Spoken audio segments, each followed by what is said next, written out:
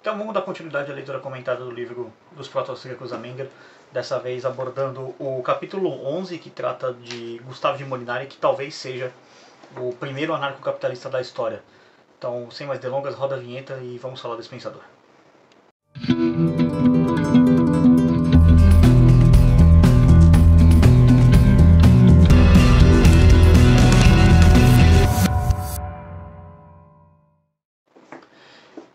E aí pessoal, beleza? Bem-vindos ao canal Libertário 013, meu nome é Caio, para quem não viu aí na intro.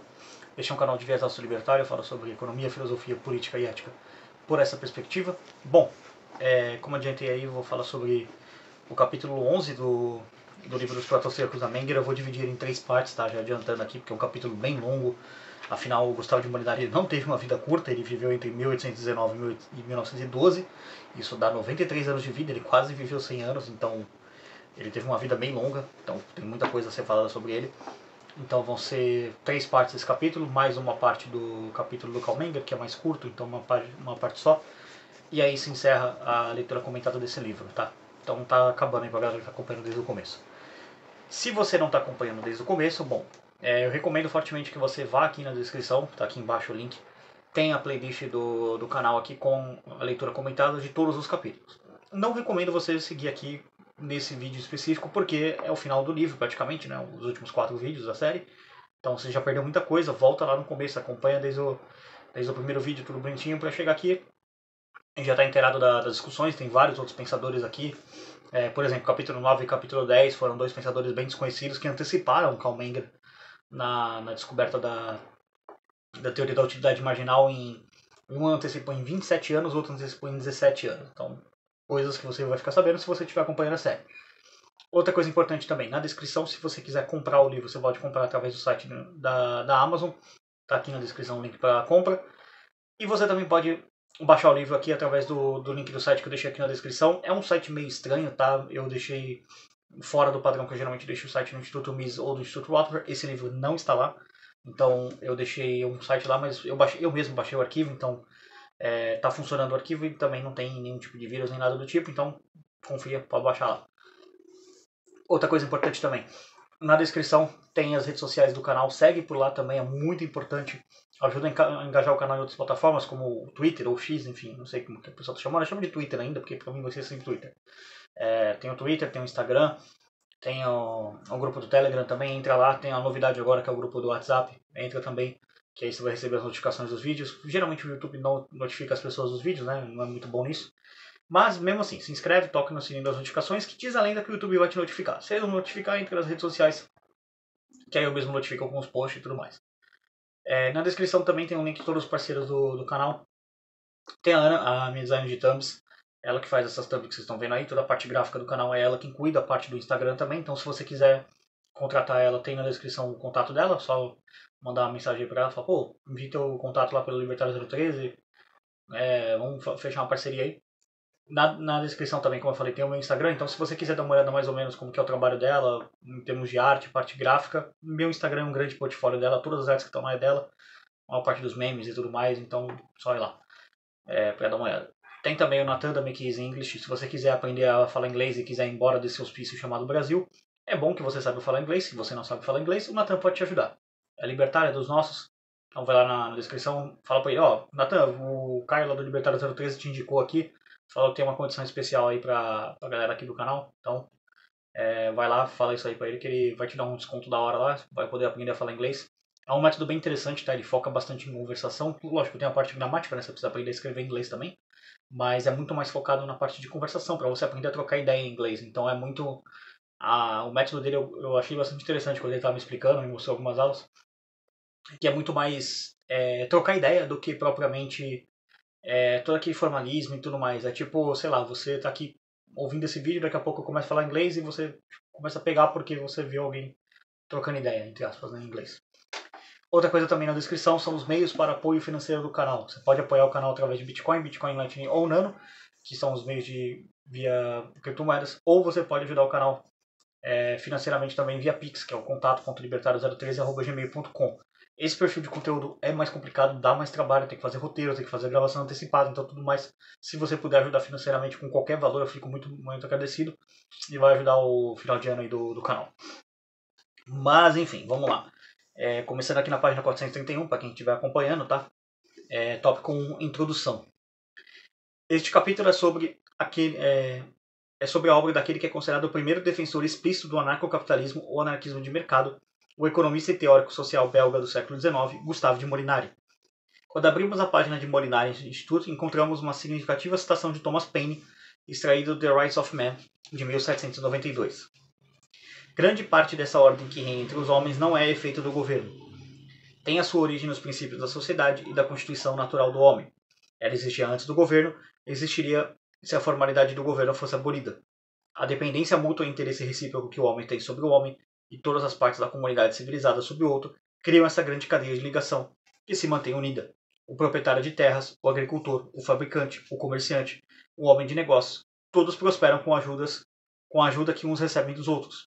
O interesse comum regula suas preocupações e forma sua lei, e as leis que o uso comum decreta têm uma influência maior do que as leis do governo. Em suma, a sociedade realiza para si quase tudo que é atribuído ao governo. Isso aqui é uma citação bastante interessante porque não tem como discordar uma única vírgula disso. As pessoas elas têm uma relação naturalmente anárquica entre si, tá? Você não impõe regras arbitrárias na sua propriedade porque você sabe que isso pode afastar comerciantes, sei lá. Eu vou dar um exemplo aqui meio polêmico, mas digamos que algum idiota coloque um aviso dizendo não são permitidos pessoas negras aqui. Todo mundo vai entender que esse cara é um idiota, que esse cara é um imbecil, que ele tem que ser boicotado, e você não vai querer comprar coisas dele. Lógico, vai ter idiotas imbecis igual ele que vão comprar coisas dele, mas aí eles são idiotas imbecis, né? E eles que se explodam sinceramente. Mas a tendência é que você não coloque regras arbitrárias idiotas nos seus estabelecimentos. Por isso que você vê, por exemplo, uma padaria não colocando nenhum tipo de regra imbecil. É só, tipo, vai lá, compra seu pão e volta para casa. Você não vê, tipo, sei lá, aqui você só pode vir comprar pão se você entrar com camisa vermelha, se você só entrar com camisa azul, ou então só pode vir comprar sem camisa, só pode entrar aqui com, sei lá, sapato vermelho, verde e azul. Tô dando exemplo de coisas completamente idiotas, tá? Então você não vê esse tipo de regra, esse tipo de imbecilidade, porque é isso mesmo, são imbecilidades. Então, as pessoas naturalmente elas têm uma relação anárquica entre si. E naturalmente, se elas são anárquicas, elas são capitalistas, porque não tem como ter anarquia sem capitalismo, não tem como ter capitalismo sem anarquia. Enquanto você tem governo, você tem uma coisa chamada socialismo, você não tem capitalismo. Então alguém pergunta assim, na onde o capitalismo deu certo? Na verdade, não tem capitalismo hoje no mundo, infelizmente. Eu queria que tivesse, mas não tem. É só, tipo, umas coisas capenga ali que parece capitalismo, mas é chamado de capitalismo, mas não é capitalismo. Capitalismo de verdade é capitalismo sem Estado, capitalismo sem governo, porque governo e capitalismo são tão antagônicos quanto água e óleo. Então, essa declaração aqui de que os homens têm uma certa ordem natural entre si é a mais pura verdade mesmo. Você não vê as pessoas na rua, lógico, tem exceções, né, que são os bandidos, mas é para isso que você bota eles na cadeia, né, e infelizmente isso aqui no Brasil não se aplica, porque bandido não só não vai para cadeia, como sai da cadeia ainda forma uma chapa PT-STF e ainda vai parar na presidência, né? Mas isso aqui é Brasil, né? Brasil não dá para ser levado a sério. Então, em país normal, o ladrão não vai parar na presidência, o ladrão vai pra cadeia, né? Mas a gente não tá num país normal. Por isso que eu falei, make easy English pra você sair desse manicômio. Então, aqui a gente tem essa particularidade, né? Que um ladrão é o presidente. Mas em países normais, em gente normal, em uma sociedade normal e saudável, um ladrão é preso. Então, por quê? Porque ele foge da ordem natural da sociedade. Porque ninguém tolera ladrão, ninguém tolera gente roubando a propriedade de outra pessoa, porque você não quer que a sua propriedade seja roubada. Então é um princípio de uma questão de tolerância. Se eu não quero que a minha propriedade seja roubada, eu não posso tolerar ladrões. E se você também não quer que a sua propriedade seja roubada, você também não pode tolerar ladrões. Então, essa galera acaba sendo marginalizada da sociedade. Basicamente isso é o espírito natural dos homens, né? Homens assim, da humanidade, né? Tô dizendo. Humanidade geral. Mas vamos lá. Seguindo aqui. Rothbard, no capítulo 14 de seu livro sobre a história do pensamento econômico, observa que, dentre todos os principais economistas libertários de língua francesa de meados do final do século XIX, o mais proeminente e inusitado foi Gustave de Molinari, 1819-1812, como eu falei, viveu 93 anos. Nascido em Liege, filho de um médico belga e barão que tinha sido um oficial do exército napoleônico, Molinari passou a maior parte de sua vida na França, onde se tornou um autor e editor prolífico e incansável, sempre apoiando o puro laissez-faire, a paz internacional e manifestando oposição determinada e intransigente a todas as formas de estatismo, controle governamental e militarismo. Em contraste com o utilitarismo britânico softcore sobre políticas públicas, Molinari foi um campeão inabalável da liberdade natural. Da liberdade da lei natural, perdão. Relata Rothbard que, ao chegar a Paris, centro cultural e político do mundo de língua francesa, com a idade de 21 anos em 1840, Molinari juntou-se à Société Économique et Politique, que é a Sociedade de Economia Política, desde sua criação. Em 1842, tornou-se secretário da Associação Bastiat para o Livre Comércio e, quando se formou em Paris, em 1846, logo passou a ser um dos editores da revista da associação Libre Exchange, que deve ser livre e troca. Né? A partir de então, começou a publicar intensamente na imprensa voltada para o livre comércio e o livre mercado, tornando-se editor do Jornal dos Economistas em 1847. Publicou seu primeiro de muitos livros, Estudos Econômicos sobre a Organização da Liberdade Industrial e a da Abolição da Escravatura, em 1846. E assim, uma pausa aqui, tá? O cara com 27 anos. Olha como o cara era brabo. Entre 1840 e 1846, o cara basicamente saiu de tipo, um Zé Ninguém pra um cara que já escrevia livros. Então, o Molinari era um pensador notável, assim, em quanto que ele fez com tão pouca idade, cara. Com 27 anos eu tava pensando em abrir o canal, pra vocês terem uma noção. Então, o cara já tava produzindo a rodo, né? Então, pra vocês verem aí que maluquice. Então, uma coisa importante sobre o Molinari, tá? O Molinari ele foi conterrâneo do Bastiat durante algum tempo. Então, esses 10 anos aqui, que ele chega em 1840, entre os 21 e os 31 anos dele, ele conviveu muito com o Bastiat. Então, ele foi muito influenciado pelo Bastiat. E ele é um cara que, de certa forma, ele é o herdeiro intelectual do Bastiat, porque ele pega as ideias do Bastiat, aquela inconsistência que o Bastiat tinha de defender, não, o governo tem que cuidar só do Estado, da segurança e não sei o que, tal. E o Molinari pega e fala, não, esquece essa bosta aí, esquece essa merda aí, meu, isso aí não presta, o governo tem que cuidar de porra nenhuma, privatiza a segurança, e ele escreve um livro chamado Da Produção da Segurança, que é o livro mais famoso dele. Vou ver, tá? Uma promessa não promessa, mas eu vou tentar trazer ele pro ano que vem aqui como uma leitura comentada também, tá? Então, uma promessa de ano novo que ainda não começou, né? Porque esse vídeo ainda tá saindo em 2023, mas vou tentar trazer para vocês.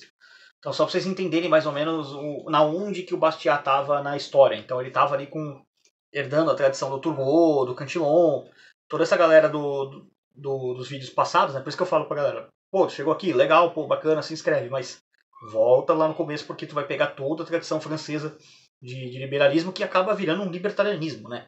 Porque ali com Bastiat você já começa a ver uma ruptura entre o liberalismo francês e um começo de um libertarianismo francês, e depois com o Molinari aí já não tem mais nada de liberalismo. O Molinari ele era um libertário, sim, isso aqui já dá para dizer, não é falar, não, é um anacronismo histórico chamar o Gustavo de Molinari de libertário. Não, ele era um libertário, ele já era um anarcocapitalista do século XIX.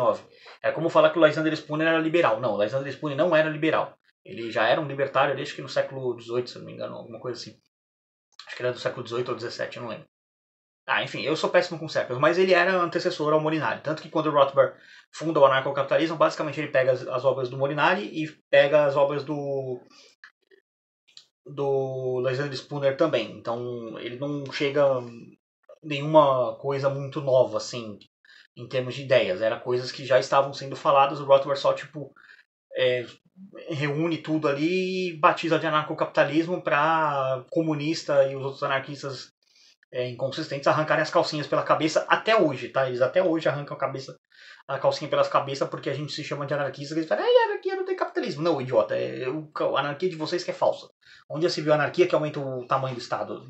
Só retardado mesmo para acreditar nessa anarquia. Mas enfim, eles são retardados. Mas vamos lá. Vamos ao tópico 2, a biografia do Molinari. Gustavo de Molinari, de novo, 1819-1912, nasceu no Reino Unido dos Países Baixos, neto de um napolitano, como seu sobrenome sugere. Sempre esteve fortemente associado com o economista adepto do laissez-faire como grande ícone da liberdade, Frederic Bastiat. Sobre sua infância e adolescência há poucas informações, a não ser as relativas ao seu gosto pelas letras. Com efeito, para muitos jovens europeus da época, Paris era um centro artístico e cultural essencial.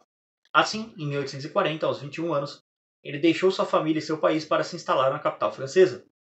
Sua fisionomia comum, seu tamanho mediano, sua miopia e sua audição sofrível foram compensados, ouso dizer, mais do que compensados, por uma energia inesgotável e também por uma cabeleira abundante e estendida, bem como um bigode em total conformidade aos padrões exigidos na época imperial.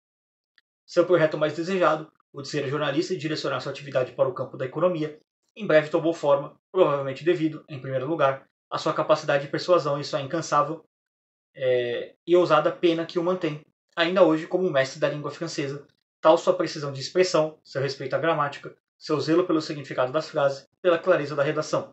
Bom, eu não falo francês, então eu não posso atestar isso aqui, mas confio nas palavras do professor Biratan Jorge Ório que talvez ele fale francês. Também não sei, mas provavelmente ele não escreveu isso aqui à toa. Ele deve ter tido algum tipo de consultoria para poder confirmar isso aqui. Eu não conheço gramática francesa, né? Então não posso falar sobre. Mas vamos lá.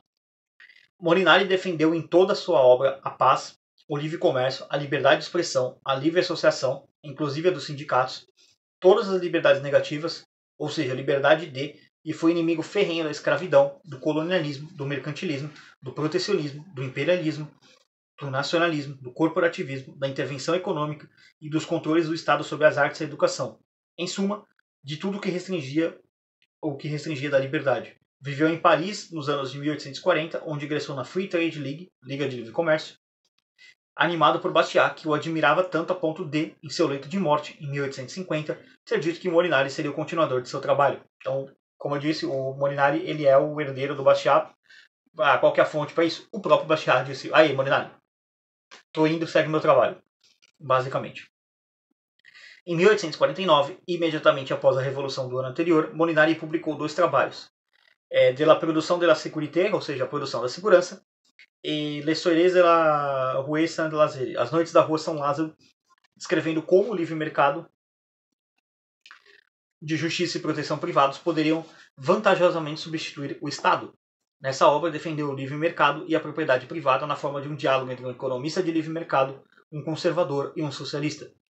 Ele estendeu as ideias antiestatistas radicais apresentadas anteriormente no primeiro trabalho citado, de um artigo ainda mais controverso, também sob o título de la produção de la sécurité, non Zemia Soirée, publicado em outubro do mesmo ano no Jornal des Economistas, ou seja, o Jornal dos Economistas. O outro aqui eu não faço ideia do que é, tá? Só lendo aqui em francês. Em que argumentou que as empresas privadas, tais como as de segurança, poderiam fornecer serviços de polícia e até mesmo de segurança nacional de forma mais barata, mais eficiente e mais defensável moralmente que poderia realizar o Estado. Em Les Soirées ele escreveu: o monopólio do governo não é melhor do que qualquer outro. Olha isso aqui, o cara do século XIX ele já chegou nessa conclusão. Qualquer governo prestará um serviço ruim e caro quando não tiver competição a temer, quando os governados forem privados no direito de livremente escolher outros governos. Conceda a um dono de mercearia o exclusivo direito de suprir uma vizinhança. Evite que os habitantes dessa vizinhança comprem bens de qualquer outra mercearia, dentro ou fora da região. E você verá o quão detestável o privilegiado comerciante será e que preços praticará. Você verá que as despesas dos infelizes consumidores cresceram junto com a arrogância do merceeiro. Bem, o que é verdadeiro para os serviços mais humildes não é menos verdadeiro para os mais importantes. O monopólio do governo não é diferente do monopólio do nosso merceeiro. A produção de segurança inevitavelmente torna-se cara e ruim quando organizada em condições de monopólio. É o monopólio da segurança a principal causa das guerras que tem assolado a humanidade. E ainda, sob um regime de liberdade, a organização natural da indústria de segurança não seria diferente daquelas de outras indústrias. Em distritos pequenos, um único empreendedor seria suficiente. Esse empreendedor poderia deixar o negócio para seu filho ou vendê-lo para outro empreendedor. Em distritos maiores, uma companhia por si mesma acumularia recursos para adequadamente exercer essa importante e difícil empresa. Se fosse bem gerenciada, essa companhia poderia facilmente perdurar e a segurança perduraria junto com ela. Na indústria de segurança, como na maioria dos outros ramos de produção, esse último modo de organização provavelmente substituiria o primeiro, no final. Por um lado, isso seria uma monarquia. Por outro, uma república. Mas seria uma monarquia sem monopólio e uma república sem comunismo. Então, alguns comentários aqui sobre essa questão e falando sobre um pouco das ideias libertárias assim para a produção de segurança e tudo mais.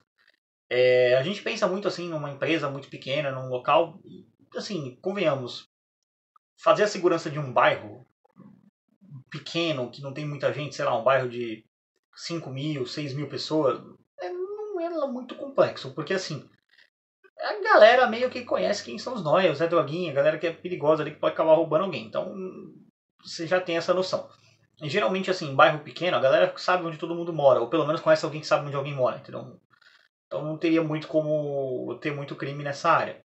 Agora sim, para uma cidade muito grande, tipo, sei lá, uma São Paulo da vida, em cada bairro é praticamente uma cidade, aí a coisa seria mais complexa para você organizar isso. Mas, a meu ver, o melhor arranjo possível seria a imersão de uma espécie de common law, assim, uma lei comum, uma espécie de, não uma única jurisdição, mas todos os tribunais, assim, porque, a meu ver, não haveria um único tribunal, haveria concorrência entre tribunais, dentro de uma sociedade libertária, e eles teriam uma concordância de tipo assim, ó, no absoluto mínimo a gente pode discordar nos métodos e tudo mais, em dosimetria de penas, tudo mais, mas no absoluto mínimo concordemos nisso e vamos estabelecer nossa concordância a partir nossas discordâncias para aqui a gente concorda, sei lá, vou dar um exemplo aqui. Um tribunal, por exemplo, ele não concorda com invadir a propriedade de alguém para poder recuperar o fruto de um roubo, o outro concorda. Então, se for jogado ali um tribunal entre sei lá, o acusado tá o suposto bandido lá está sendo julgado por esse tribunal que não concorda com isso, e o outro está sendo acusado no tribunal que concorda com essa prática. Como é que você faria mediação disso? A meu ver, provavelmente teria um serviço de arbitragem ou simplesmente os dois entrariam num acordo entre si que, tipo, ó, para casos que forem julgados envolvendo nossos dois tribunais, se estabelece a sua regra, a minha regra, ou sei lá, uma terceira regra, enfim, faz um meio termo. Poderia ser dessa forma. Da mesma forma, também eu vejo a questão do armamento civil como uma forma de você diminuir o preço da sua própria pólice de seguro para a questão de segurança, porque, convenhamos, se você tem digamos, você vai avaliar pelo perfil individual, não é mais tipo assim, vamos cobrar uma mesma taxa de todo mundo e dane-se.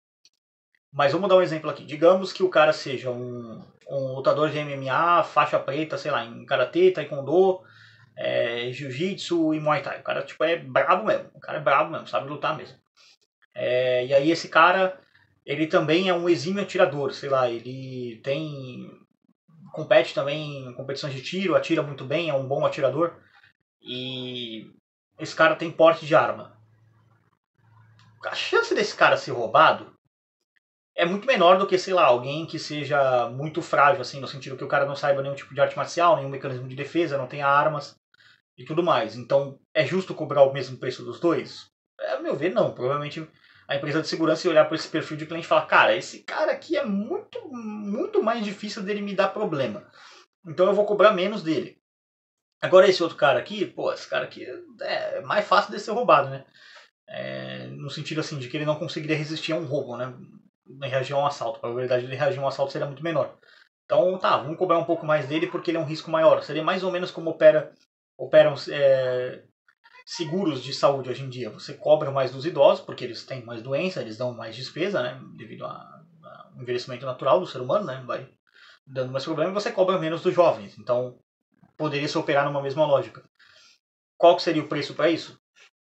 Cara, eu não sei, mas provavelmente seria bem menor do que é hoje em dia. Certamente seria menor do que é hoje em dia, porque qual que é o preço da segurança hoje em dia? Na verdade, eu não diria, a pergunta não é nem essa. Qual que é o preço da insegurança hoje em dia? Porque você paga pro Estado para você ter um serviço de merda.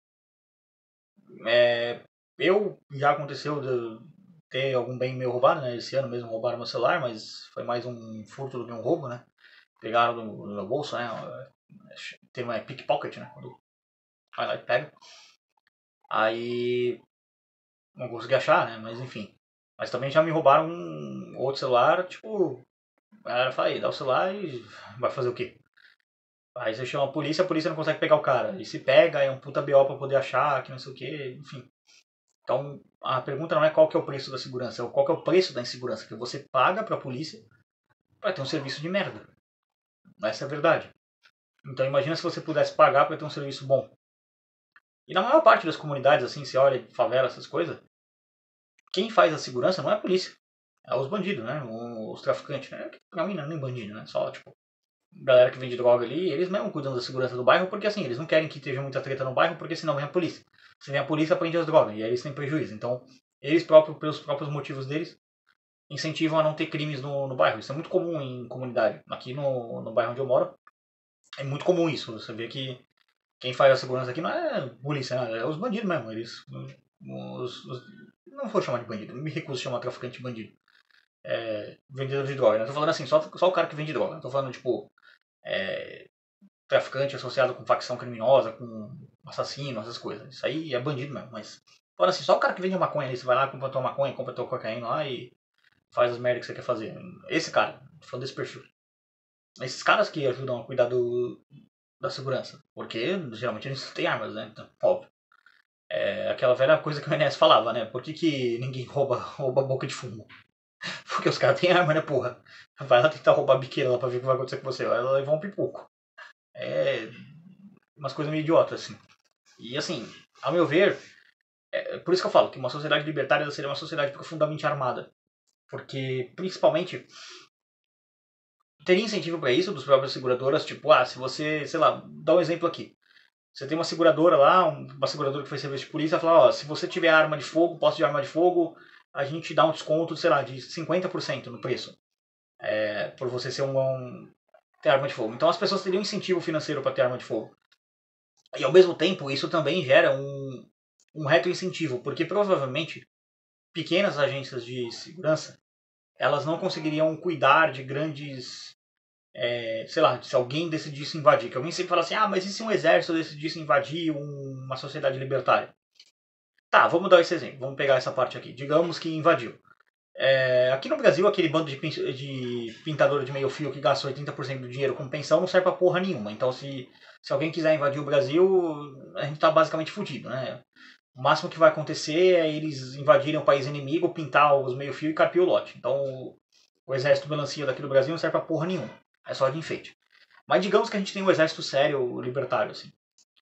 Primeiro, se alguém quiser invadir vamos chamar assim, um país, entre aspas, anarcocapitalista, isso seria uma puta burrice.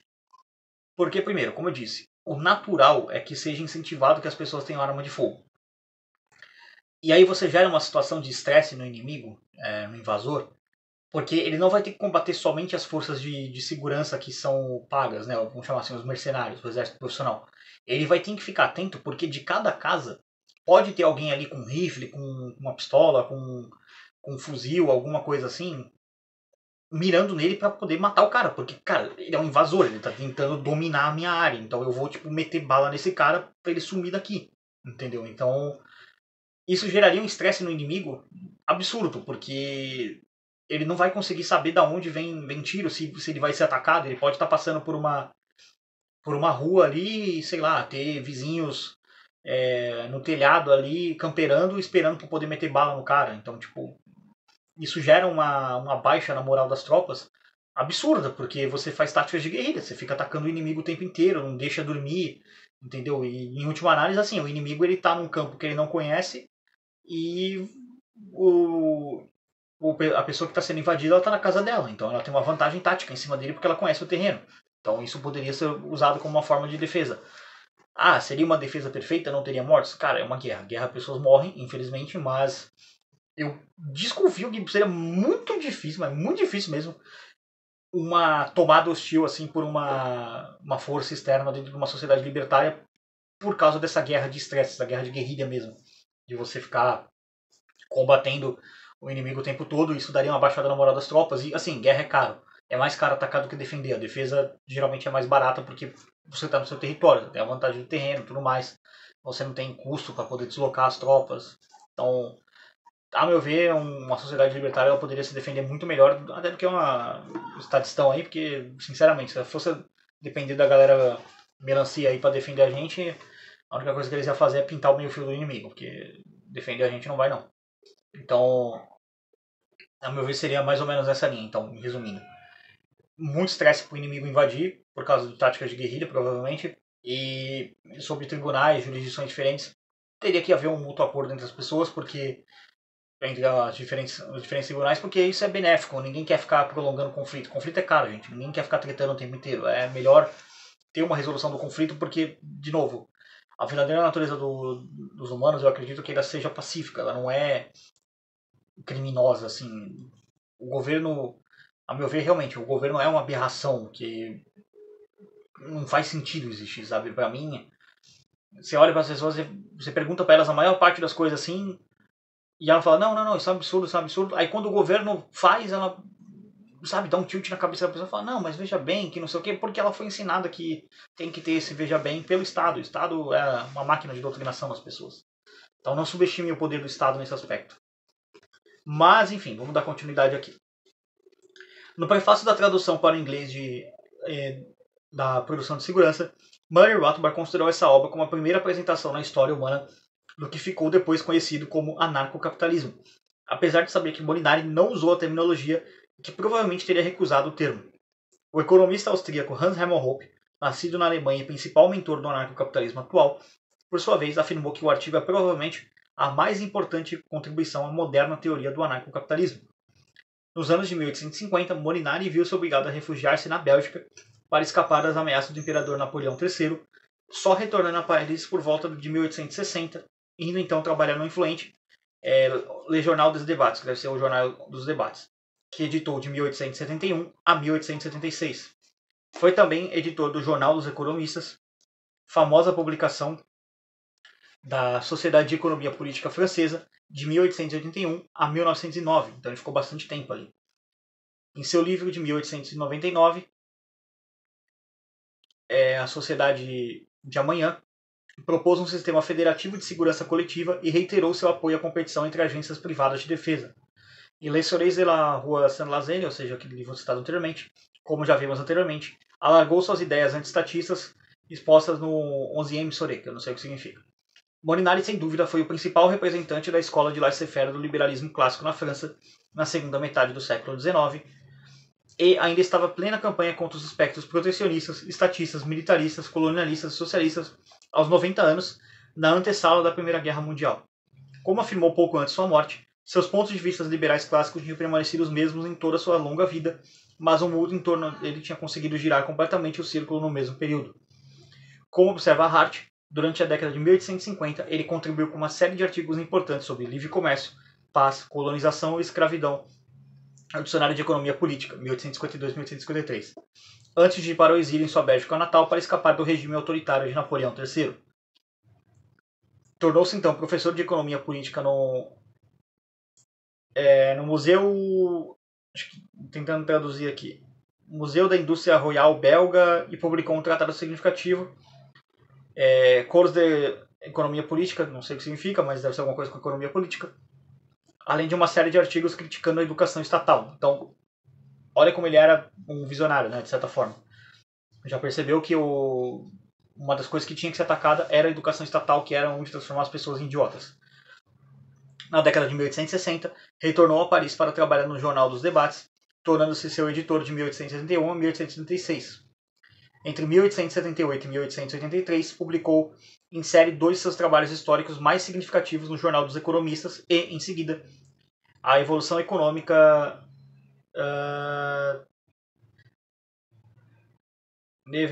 do Novo Ciclo, talvez, a Teoria do Progresso, enfim, tá em francês aqui, estou tentando deduzir. E a Evolução Política e a Revolução, acho que deve ser isso. Em 1884, obras de síntese histórica que tentaram mostrar como o mercado livre e a sociedade industrial moderna surgiram a partir de sociedades que a exploração de classes e privilégios econômicos predominavam, e qual teria sido o papel desempenhado pela Revolução Francesa nesse processo. Então, basicamente, era um livro de história dele tentando entender o processo histórico da época. Nos 19 anos anteriores à sua morte, de 1893 a 1912, Molinari publicou incansavelmente numerosos trabalhos atacando o ressurgimento do protecionismo, do imperialismo, do militarismo e do socialismo, que ele acreditava que iriam dificultar o desenvolvimento econômico, restringindo severamente a liberdade individual e, finalmente, levariam à guerra e à revolução. Aí você para e pensa, ele morreu em 1912, certo? Em 1914 começou uma guerra. O militarismo levou a uma guerra. 5 anos depois da morte dele, teve uma das maiores tragédias da história da humanidade, que foi a Revolução Russa. Revolução. Aí ele fala, protecionismo e imperialismo. 1939, o tiozinho do bigode, que ia dominar a Europa inteira. Imperialismo. Com um regime protecionista. Vamos produzir tudo aqui nós mesmos. A Itália, a mesma coisa. Os comunistas, a mesma coisa. Os americanos, a mesma coisa. cara entendeu bem, né? O mundo que ele estava vivendo, né? Dá pra dizer que o Molinari era um cara visionário? Acho que talvez visionário até seja pouco para descrever o tamanho desse cara. Como eu disse, a gente está falando do fundador do anarcocapitalismo, praticamente. Um dos grandes pensadores da história, tá? O Molinari é absurdo, tanto que o capítulo dele é gigantesco aqui, tem várias páginas, por isso que eu vou fazer 3 partes, essa parte já tá bem longa. Mas vamos lá, seguindo aqui. As obras principais desse período são A Grande Decadência da Guerra, 1898, Esquisse sobre a Organização Política e Econômica da Sociedade Futura, não sei o que significa esquisse, mas alguma coisa da Sociedade Futura, Os Problemas do século XX, talvez, e Siècle, não sei o que significa também, Teoria da Evolução, Economia e História, então é o livro de 1808, e seu último trabalho é propriamente titulado de Última Palavra, Minha Obra Derradeira, publicado em 1911, quando ele tinha 92 anos de idade. Então, mesmo cara muito velho, ainda estava produzindo. Depois dessa longa e produtiva vida de lutas pela liberdade, faleceu em Paris, com quase 93 anos, e seu túmulo está no cemitério Père Lachaise. Sua morte, naturalmente, enfraqueceu bastante o movimento liberal clássico na França. Apenas alguns membros da velha escola mantiveram-se ensinando e escrevendo. O economista Yves Guyot e o ativista anti-guerra Frédéric Passe sobreviveram até a década de 20. Os postos acadêmicos e editoriais das principais revistas caíram em mão dos novos liberais, ou socialistas, o que desmantelou o liberalismo laissez-faire do século XIX, para o mal de todos na França e no mundo. Mas vamos lá, tópico 3, falar um pouco aqui do pensamento do Molinari, que vai ser o último tópico desse vídeo. O pensamento de Gustavo de Molinari, tópico 3.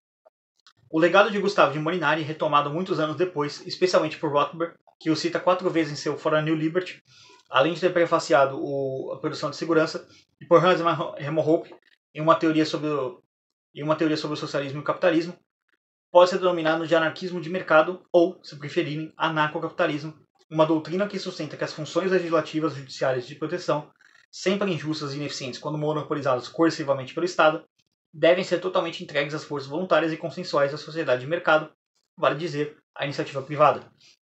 Eu vou deixar aqui na descrição como uma sugestão para quem não conhece o canal, ou está conhecendo o canal agora, ou viu esse vídeo no futuro. Eu sou, pelo menos no momento da gravação desse vídeo, e até onde eu estou sabendo, o único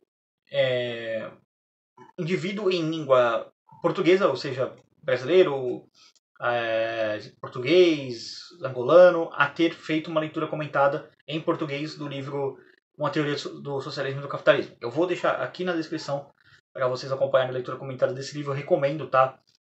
Principalmente se você não leu o livro ou teve alguma dificuldade para entender, modéstia à parte, eu acho que eu fiz um bom trabalho em explicar o livro.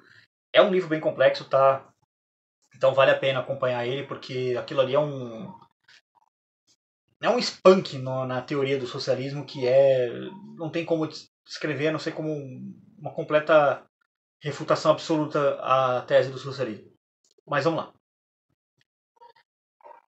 Seu retorno à Bélgica após o período criativo que viveu foi propício ao direcionamento de sua vida acadêmica e profissional em 3 vertentes. A primeira, a continuação de suas atividades jornalísticas, colaborando regularmente com os economistas do jornal belga The Economist de 1855.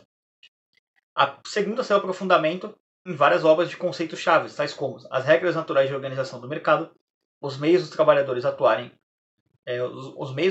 para atuarem no mercado de trabalho, bolsas de estudo, as áreas de não mercado, como religião, educação, etc., e o lugar e o papel do governo. E a terceira, o ensino. Durante aquele período, além de jornalista e redator, lecionou economia no Museu Real de Indústrias, em Bruxelas, e no Instituto Superior de Comércio da Antuérpia. Este período, semelhante em alguns aspectos a um deserto, foi essencial, porque permitiu que Molinari viver experiências fortes, aprofundar o seu pensamento e desenvolver-se intelectualmente. Sempre e prioritariamente preocupado com a compreensão e explicação de suas ideias, nunca hesitou em levar a lógica aos seus limites extremos, a fim de identificar as molas mestras e tirar as lições necessárias. Então, por ele ter levado a lógica ao extremo, ele chegou no anarcocapitalismo, né? Porque o anarcocapitalismo, para mim, é o suprassumo da lógica. O método científico conferiu a sua mente uma disposição radical, o que provavelmente explica sua inclusão na lista dos ultras, um pensador movido por uma busca constante de rigor e abrangência para identificar formas de trabalhar indiscutíveis. Esse período transitório, rico em realizações, encerrou-se em 1860, quando ele embarcou mais uma vez no trem a caminho de Paris. O aprofundamento de seu pensamento continuou no Jornal dos Economistas, do qual, como visto anteriormente, tornou-se editor-chefe em 1881. Colaborou também com o Jornal dos Debates e escreveu vários livros. Toda sua abordagem é construída em torno da ideia básica da verdadeira liberdade do indivíduo e um equilíbrio natural de forças entre capital e trabalho. Lúcido e não propenso a idealismo pueris, sempre desconfiou de todos os excessos que permitem a detenção do capital pelo Estado e dos riscos inerentes à coletivização e dominação dos indivíduos pelo Estado. Isso o levou a se opor aos socialistas e comunistas e a todas as ideias liberticidas, bem como a política de Napoleão III, que não permitia a necessária liberdade de expressão e ação. Sua lógica era completa, na qual fluía naturalmente o primado do indivíduo sobre o Estado como única garantia de uma liberdade real e duradoura. Em um mundo em rápida mudança, sua coerência rigorosa foi alvo de críticas e acerbamente combatida. Com base nos fatos, Molinari continuou sua reflexão e ação defendendo, sempre ardentemente, 3 pontos considerados essenciais para o desenvolvimento harmonioso das relações entre os indivíduos. A liberdade de expressão, em que, como o antiliberal Voltaire defendia que todas as opiniões devem ser expressas, cujo benefício seria o progresso da ciência em todas as áreas. O direito de associação dos trabalhadores, porque, para ele, a possibilidade de associação de indivíduos é um requisito fundamental para o equilíbrio das sociedades. E, neste contexto, a liberdade dos trabalhadores, confrontados com o poder do capital, seria de particular importância, sendo esta a razão pela qual ele criticou a posição restritiva de Napoleão III sobre este ponto. E, por fim, a necessidade de formar indivíduos, porque a liberdade de expressar-se plenamente não seria, a seu ver, suficiente para garantir o progresso, pois antes seria necessário que os indivíduos fossem educados gradualmente, para, deste modo, serem capacitados a tomarem as decisões de seus próprios assuntos livremente. Essas análises levaram natural e logicamente Molinari a desenvolver sua obra em direção à concessão de bolsas de estudos para trabalhadores e à necessidade absoluta de moralidade no campo econômico. Percebeu que o estado de guerra é a base para a privação de liberdade dos indivíduos em favor do Estado e defendeu alianças coletivas e sistemas de defesa para eliminar gradualmente tal alienação. As análises de Molinari, sempre vibrantes, atraentes e rigorosas, não foram valorizadas com justiça e equilíbrio no momento de seu desenvolvimento. Podem ser apresentadas várias razões para tentar entender esse fato. Em uma situação econômica extremamente difícil, em que os falsos diagnósticos socialistas vicejavam como um tiririca em gramados, o fato de não tomar o lado dos trabalhadores contra os capitalistas era bastante impopular. E até hoje ainda é um artifício usado largamente por socialistas e demagogos de todas as matizes. Embora sua análise primasse pela lógica e coerência, a abolição total do Estado tinha pouca chance de ser admitida, dada a crença cega de que a entidade suprema, o Leviatã, é aceita passivamente como sendo sempre consistente, embora por razões muitas vezes opostas ao que representa na realidade, como um remédio ou referência final e essencial para o bem-estar humano. Então, tal como agora, muitos podem até aparentemente estar convencidos conceitualmente da necessidade do livre comércio. Porém, ontem e hoje, quando pensam em viver essa liberdade na prática, ela ainda é temida como um grande risco para os mais fracos e, portanto, considerada equivocadamente como liberdade para o mais forte. A relevância das demonstrações de Molinari não implicava, necessariamente, em seu sucesso, pois falar de uma liberdade total dos indivíduos e do equilíbrio natural que se seguiria dela poderia parecer, na melhor das hipóteses, uma bela aposta e, na pior, uma utopia. Por outro lado, a coerção que o Estado representa, por definição, pode ser menos atraente, mas é entendida erroneamente como asseguradora de garantias reais. O ser humano, muitas vezes, age como galinhas que defendem raposas. Sem ter levado sua análise até o fim, como convém a qualquer análise científica, Molinari soube medir a distância que o separava das pessoas de seu tempo, fossem donos do capital ou trabalhadores, consumidores ou produtores. Por isso, em seus últimos anos, ele aceitou alterar alguns de seus princípios gerais. Especialmente no campo econômico, ele concordou em mudar sua visão do Estado e aparentemente reconheceu a necessidade de um Estado policial, mas continuou a negar qualquer papel estatal na produção de bens e serviços. Alguns libertários de hoje condenam Molinari por isso que teria sido um recuo em suas convicções libertárias, mas tal crítica é um tanto exagerada e descabida à luz dos fatos históricos, que não podem e não devem ser negligenciados. Na verdade, Molinari, cercado de intervencionistas por todos os lados, e vendo as ideias socialistas crescerem, simplesmente, esta é a minha suposição, aqui no caso do professor Biratan Jorge Ório, optou por algo do tipo, dos males o menor, tendo em vista o furacão socialista comunista que varria o mundo acadêmico em seus últimos anos de vida. Para mim, e dentro da perspectiva histórica de Skinner, que vimos no poema desse livro, Gustavo de Molinari simplesmente Gustavo de Molinari nunca deixou de ser um libertário de mercado ou anarcocapitalista. Molinari assim inicia o prefácio do Ceres. A sociedade, dizem os economistas do século XVIII, é organizada sob a égide das leis da natureza. Essas leis têm como essência a justiça e a utilidade. Quando não reconhecidas, a sociedade sofre. Quando plenamente atendidas, a sociedade tem abundância máxima e a justiça reinando nas relações dos homens. Aqui sobre essa questão do recuo dele, dessa mudança de posição, assim, como alguém que é extremamente intransigente nas posições que eu tenho, eu olho isso um pouco... Tá, isso não é legal. Mas ao mesmo tempo também é preciso entender o contexto da época e realmente assim, essa virada do século XIX para o século XX, depois que o Marx escreveu as merdas dele lá no Capital e tudo mais, o Capital, infelizmente, é um dos livros mais influentes da história da humanidade. Eu falo isso com profunda tristeza porque aquele livro é uma merda. Ele serve como um gigantesco papel para limpar o rabo. É para isso que serve aquela bosta. Mas é influente. Influenciou muita gente. Então, o Molinari vendo tudo isso acontecer, ele ter recuado, cara, faz sentido porque ele pode ter olhado com aquela lógica que o professor coloca.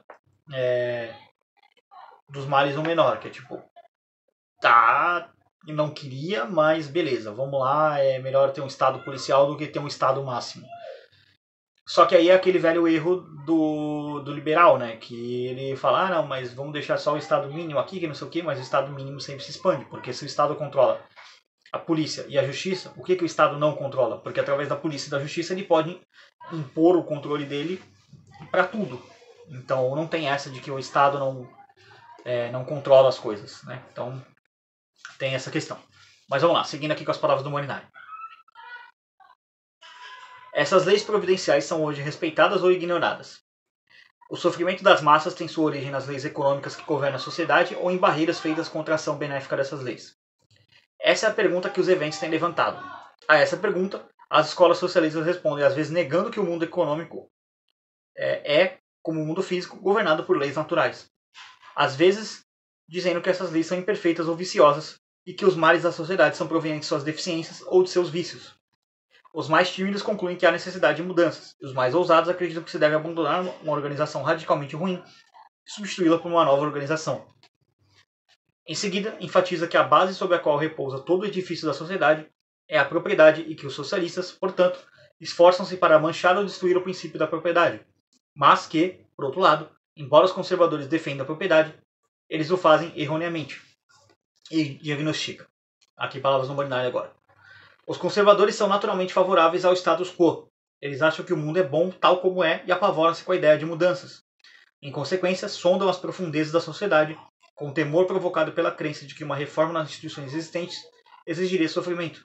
Por outro lado, eles não gostam de teorias e têm pouca fé em princípios. Não são suas características as discussões sobre a propriedade. Eles parecem temer a iluminação para este princípio sagrado, seguindo o exemplo de cristãos ignorantes e selvagens que preferiram ignorar os hereges em vez de refutá-los. Eles invocam a lei em detrimento da ciência de causar as aberrações do socialismo. Então, o Molinari descendo críticas que hoje a gente chamaria certamente de neocons, né? Porque criticar conservador, eu tenho que olhar assim, qual conservador está criticando? Está criticando esses neocons? Só que ele falou, Bolsonaro, a turma aí do artigo 142, essa galera chupacu de político aí, serve bastante. Agora, isso aqui para conservador roupiano, como eu, conservador libertário, isso aqui não tem nada a ver. Não tá nem assim, a palavra é a mesma, mas quer dizer duas coisas completamente diferentes. É como você falar assim, pô, eu tomei um suco de manga. Aí você fala, pô, legal, o cara tomou um suco de manga. Pô, você comprou a fruta? Não, eu cortei a manga da minha camisa e bati ela e tomei. É como você dizer isso, vocês entenderam? Com uma palavra que quer dizer duas coisas, mas são coisas completamente diferentes. Mas vamos lá. Seguindo com as palavras do Molinari aqui. Segue o Molinari afirmando que a heresia socialista exige outro tipo de refutação e a propriedade privada outro tipo de defesa. Vamos ver o que o Molinari tem a dizer. Reconhecendo, como todos os economistas, a propriedade como base da organização natural da sociedade, eu pesquisei se o mal denunciado pelos socialistas, e que ninguém, salvo se for cego ou tiver má fé, deve negar, vem da propriedade ou não.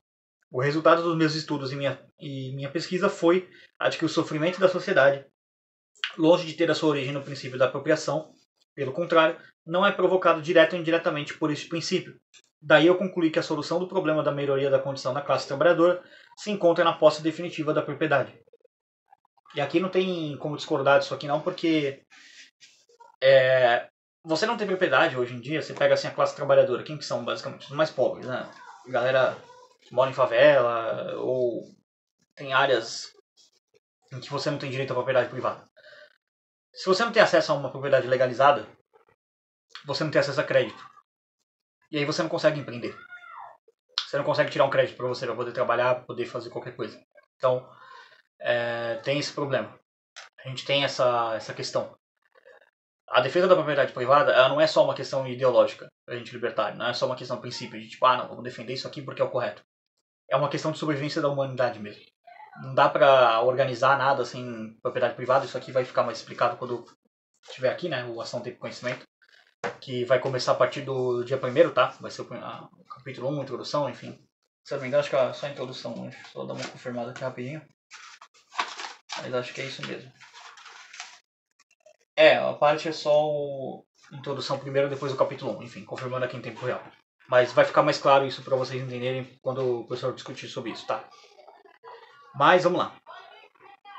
Com a clareza e firmeza habituais em seus escritos, Molinari afirma que, já que o princípio da propriedade serve como base da organização natural da sociedade, e como esse princípio sempre tem sido atacado e desconsiderado, então os males de que é acusado provocar não têm fundamento, e como, finalmente, institucionalizar a restauração da propriedade é benéfico para a organização natural da sociedade, uma organização equitativa e eficaz em sua essência.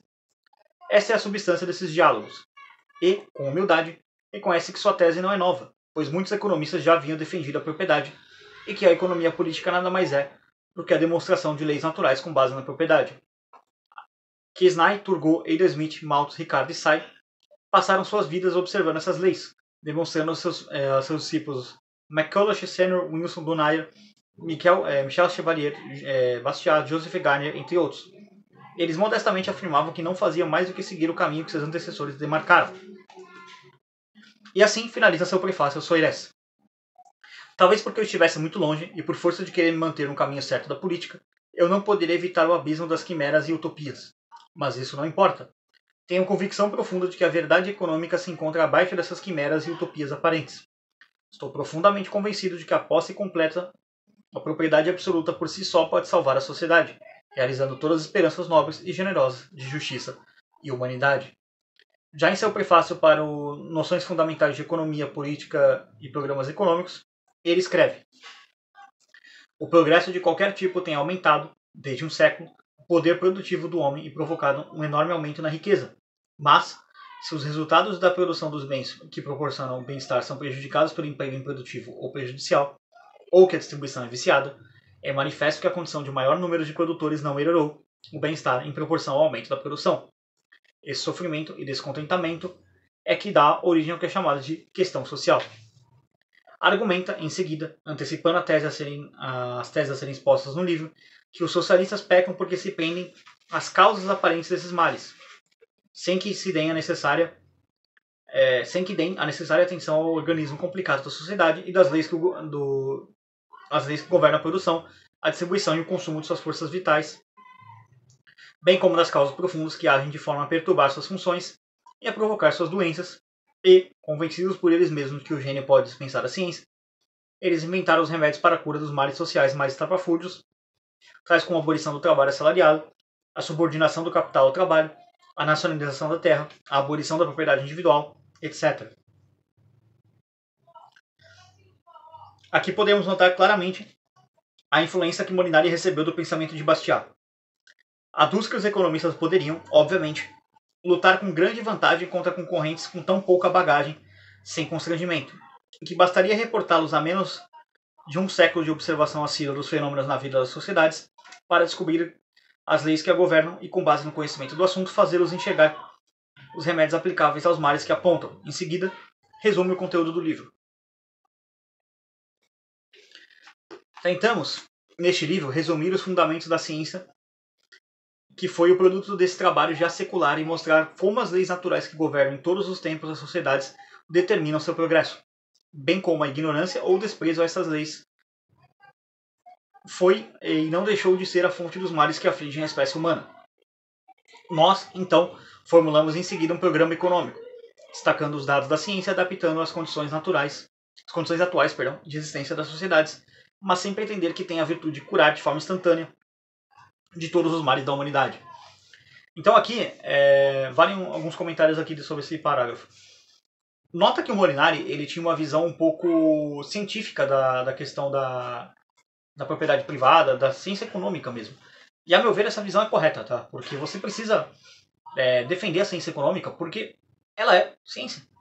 O que os marxistas fazem, eles ficam chamando os outros, você é negacionista, que não sei o quê. Pegou na moda esse tema aí por causa da picada, né, da coisa aí, vocês sabem o que eu tô falando, né? Teve aí em 2020, 2021. Pegou na moda esse tema, mas isso aqui vale para os marxistas. Eles são muito mais negacionistas da ciência econômica. Eles defendem uma ciência econômica que não funciona, que é uma não ciência, na verdade, porque ela não é calcada na realidade. Tipo, mas então, meu amigo marxista, a realidade discorda da sua teoria. O que você vai fazer como cientista? Não, veja bem, não é a minha teoria que discorda da realidade que está errada. É a realidade por discordar da minha teoria que está errada. E aí eles chamam a gente libertário de utópico, de maluco, de idealista. Cara, a teoria do marxista, ela discorda da realidade e ela afirma que a realidade está errada, que ela vai fundar uma nova realidade. E esses caras, eles querem chamar a gente de utópico. É nesse nível a loucura dos marxistas, a megalomania deles. Eles realmente acreditam que eles vão refundar a sociedade, que, meu Deus do céu, que vai dar tudo certo, amor e tudo. Aquela velha massa, né, cara? Ô, jovem, vamos lá. Como é que tá teu quarto? Tá arrumado? Você arrumou a cama hoje? Arruma a cama primeiro, arruma teu quarto primeiro. Depois tenta arrumar o mundo, tá? Spoiler, você não vai conseguir. Pelo menos arrumar seu quarto você consegue, mas o mundo? Boa sorte. Adverte que, a esse respeito, seu programa econômico difere essencialmente dos programas socialistas. Primeiro, porque envolve não só a reforma do Estado, mas implica o governo dos indivíduos por eles próprios. E, em segundo, porque não exige nenhuma conquista do poder e apenas se oferece para aqueles que se comprometem a alcançar uma satisfação puramente moral. É por esse motivo que Molinari afirma que tem o prazer de afirmar que somos voluntários em discordar com as tendências atuais dos espíritos e não nos iludimos de que teremos a chance de conquistar a opinião pública, a não ser após o fracasso das experiências dos programas de justiça socialistas. E a gente está, de certa forma, vivendo uma era que isso está acontecendo, tá? Todo aquele arcabouço teórico keynesianista, que é outro ramo de socialismo, está fracassando. Então a gente está vivendo uma transição de era bastante interessante. Dívida alta, países quebrando. A gente está vivendo tempos bem interessantes. Pode ser que surja um movimento liberal, libertário, de certa forma. Olha, eu não sou muito adepto de solução política, todo mundo que conhece o canal aqui sabe disso. Se você não está conhecendo o canal agora com esse vídeo, eu não sou um defensor da solução política, mas eu também não ignoro que isso acaba sendo... a política acaba sendo afetada por ideias libertárias e liberais de certa forma. Um exemplo disso, o Milei eleito na Argentina. É uma forma de você olhar para a sociedade argentina. Você pode fazer essa análise, eu acho que é uma análise bastante honesta, bastante calcada na realidade, que é tipo... então, os argentinos eles tentaram 50 tons de peronismo nos últimos, 100 anos. Não funcionou. Então, cara, vamos pegar esse cara aqui que tá falando contra tudo que já fizeram e vamos eleger ele e ver o que dá? Me parece que os argentinos estão na fase de elege esse cara aí e vamos ver o que dá. 7 mil funcionários demitidos, abolição do curso forçado da moeda. Eu não tenho como dizer que o Milei não está fazendo um bom trabalho, pelo menos nesses primeiros atos dele. Vamos ver se isso vai perdurar, né? Mas, sobre o governo Milei, enfim, eu pretendo fazer um vídeo ano que vem, quando o canal voltar ao normal, falando só sobre isso, até para esperar passar um tempo e ver como é que pegou a situação lá. Mas, vamos voltar aqui. Admite apenas uma recompensa platônica suficiente para estimular o zelo de seus adeptos, que é friamente recebida pelas classes conservadoras e pelo povo. Para as classes conservadoras, tudo deve continuar como está. Conservadores têm repugnância pelas possíveis reformas. Já o povo dá preferência às farmácias, onde se promete cura imediata e radical de seus males, sem exigir esforço de sua parte. É o tal something for nothing, quero algo por nada. Que palavras atuais. Vendedores e embusteiros de remédio milagrosos, como o elixir da felicidade total socialista, sempre existiram. Em A Sociedade Futura, escreve o economista a respeito dos motivos da ação humana. O homem é um organismo composto por forças físicas, intelectuais e morais vitais. Esse tema e essas forças, que formam o indivíduo e as espécies, só podem ser preservados e desenvolvidos pela assimilação ou, para usar o termo econômico, o consumo de materiais e forças naturais. Sem o consumo, sua vitalidade é definitivamente extinta, mas o desperdício e a extinção da vitalidade causam dor e sofrimento, e é o estímulo da dor e do sofrimento que impele o homem a adquirir os materiais necessários para o desenvolvimento e preservação de sua vida. Todos esses materiais estão presentes em seu ambiente, no ar, etc. E a natureza lhe dá um pequeno número de bens livres de custo, mas, com exceção dessa minoria, eles devem ser descobertos, adquiridos e adaptados para fins de consumo. O homem deve ser um produtor. Mas o homem é também sujeito a novas necessidades inerentes ao seu ambiente. Ele deve defender a vida e os meios que a suportam contra os ataques de vários polhadores e agentes de destruição. E estatistas de maneira geral, né? Acrescento aqui. E os riscos a que se expõe para isso implicam mais dor e, portanto, mais resistência. É para atender essa necessidade, sustentação dupla e autodefesa, que o homem trabalha para produzir as coisas necessárias ao consumo e para neutralizar ou destruir os agentes ou elementos que ameaçam sua segurança. Portanto, o trabalho implica desperdício de força vital e, consequentemente, maior resistência e dor. A humanidade está, então, subordinada ao prazer e à alegria que derivam do consumo de bens que suportam a vida e prestam serviços que a protegem. Eis aqui um esboço do princípio austríaco da preferência temporal. Mas sempre como há essa questão de consumo ou de autodefesa, o prazer dessas ações é comprado como uma dor. Né? Com uma dor, na verdade. É uma troca e, como em qualquer outra troca, pode resultar em lucro ou perda. É rentável quando a soma da vitalidade, adquirida ou preservada, excede a quantidade de força vital gasta na tarefa. O produto pode ser concreto ou um serviço, mas é sempre sujeito aos custos de produção, que são inseparáveis de todas as despesas exigidas pelo esforço. Em seguida, o excesso de custo sobre receita significa, por outro lado, perdas, de tal forma que o homem só é estimulado a trabalhar quando espera que suas receitas ou ganhos irão exceder seus esforços e despesas, que o prazer irá superar a dor, e o grau de estímulo varia naturalmente com os montantes envolvidos e a taxa de lucro esperada. O motivo principal da atividade humana, não menos do que todas as outras criaturas, é, portanto, a esperança de lucro. Este motivo, ou potência do motor, tem sido chamado de juros.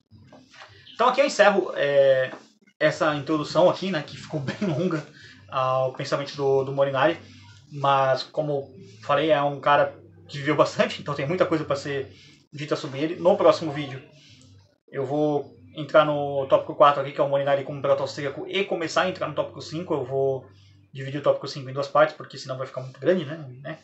Senão vai dar o vídeo aí de 3 horas, então vamos deixar mais ou menos aí uns 3 vídeos de 1 hora, mais ou menos essa faixa aí. Vai ficar longo, não tem como não ficar longo, porque o capítulo é grande. Então, só para vocês terem uma noção aqui, deixa eu puxar ele aqui desde o começo.